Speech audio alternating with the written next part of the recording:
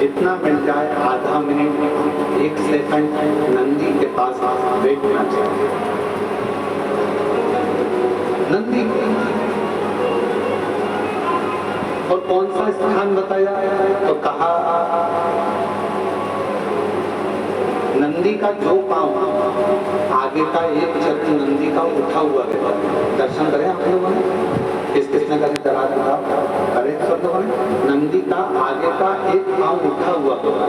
तो नंदी जब तुम कोई विषम परिस्थिति में हो, बहुत टेंशन में हो, बहुत तकलीफ में हो, बहुत कष्ट में हो और बहुत ज्यादा कोई डिप्रेशन में हो, कोई चिंता में हो, कोई बात अगर तकलीफ की है तो नंदी का जो पांव उठा हुआ रहता है उस पांव के पास में थोड़ी देर नंदी के साइड में थोड़ी देर 1 सेकंड, आधा सेकंड, आधा मिनट, 1 मिनट, 2 मिनट, 5 मिनट जितना आप बैठो और थोड़ी देर बैठकर बाबा की ओर ध्यान को केंद्रित करो और अपने मन की बात करो।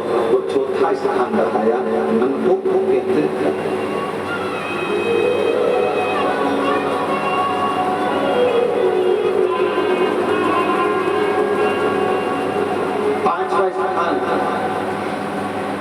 जब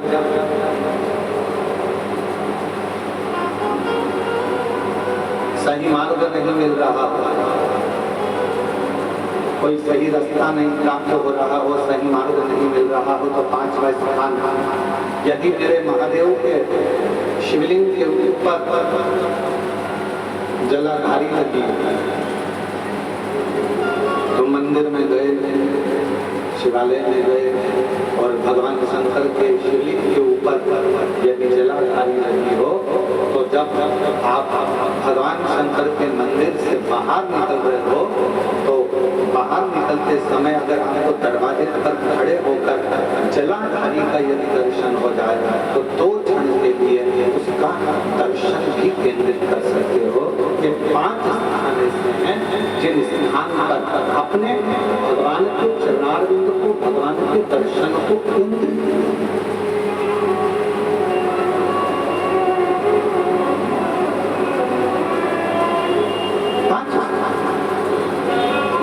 सभी लोग बोलेंगे साथ में। पहला जम के बोले जरा, दीप, जम के बोलो, आवाज नहीं आ रही।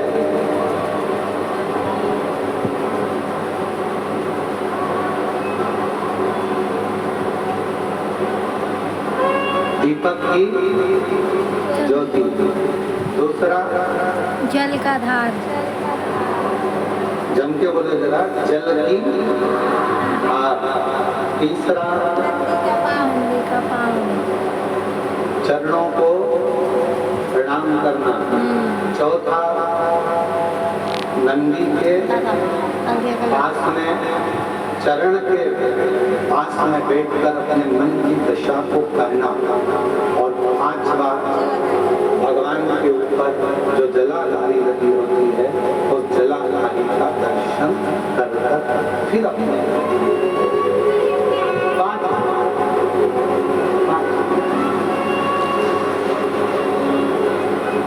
और जब से भक्ति में लगे हो, भगवान शंकर के विरुद्ध भक्ति में लगे हो, भगवान शंकर के भजन में लगे हो, भगवान शंकर के विरुद्ध भक्ति में लगे हो, जैसे बृहस्पति महाराज की धर्म पत्नी शुभा भगवान शंकर के पार्थिव लिंग का पूजन कर रही थी और पूजन के समय पर उसके कानों में शब्द गया, उसके कानों में शब्द पहुंचा और शुभा के कानों में शब्द पहुंचा पर शुभा उठी नहीं क्योंकि अपने ध्यान को केंद्रित करने में